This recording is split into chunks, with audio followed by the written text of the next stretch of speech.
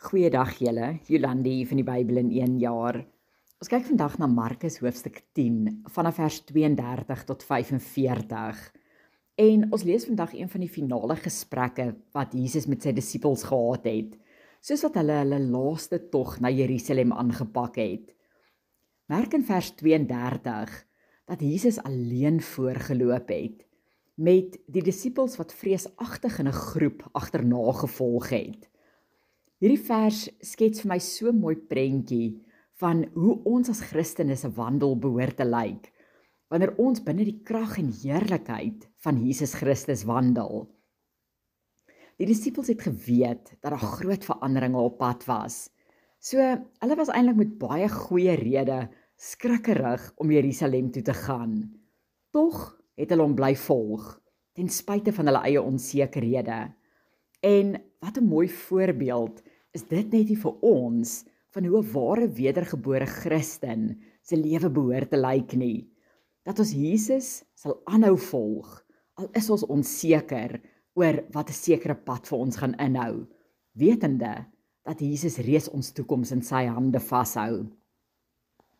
In verse 33 en 34 lees ons dan hoe Jesus aan sy disippels vooraf verduidelik wat alles met hom sou gebeur.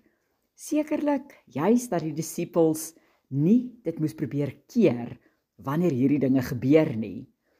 Maar dan sien ons in verse 35 tot 37 die disippels se onkunde in dit wat Jesus pas aan hulle verduidelik het. Jesus het gepraat van sy kruisiging en die vestiging van 'n ewige koninkryk vir elke gelowige.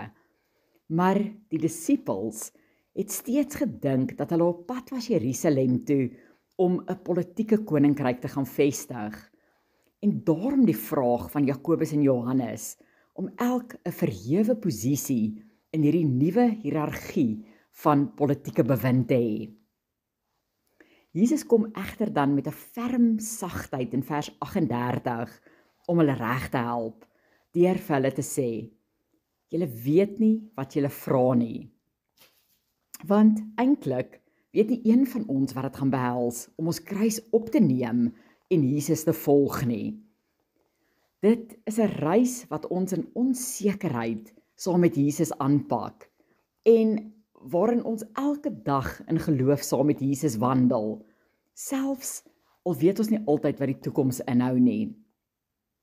En net soos die opdrag aan die disippels in verse 42 tot 45 gegee is om in nederige diensbaarheid te wandel, word die opdrag ook aan my en jou gegee om in dieselfde nederigheid ander te dien.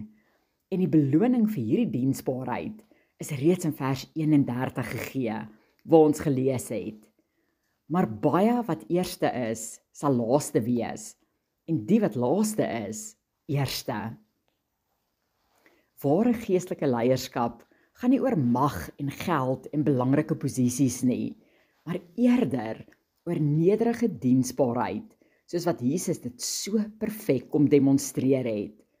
Want dit is 'n hart wat gefokus is op Jesus en sy koninkryk, wat die ware beloning eendag sal ontvang.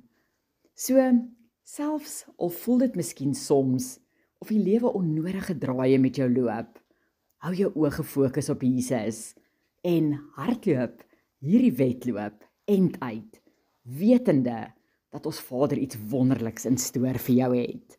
Mag julle almal 'n geseënde dag hê. Totsiens.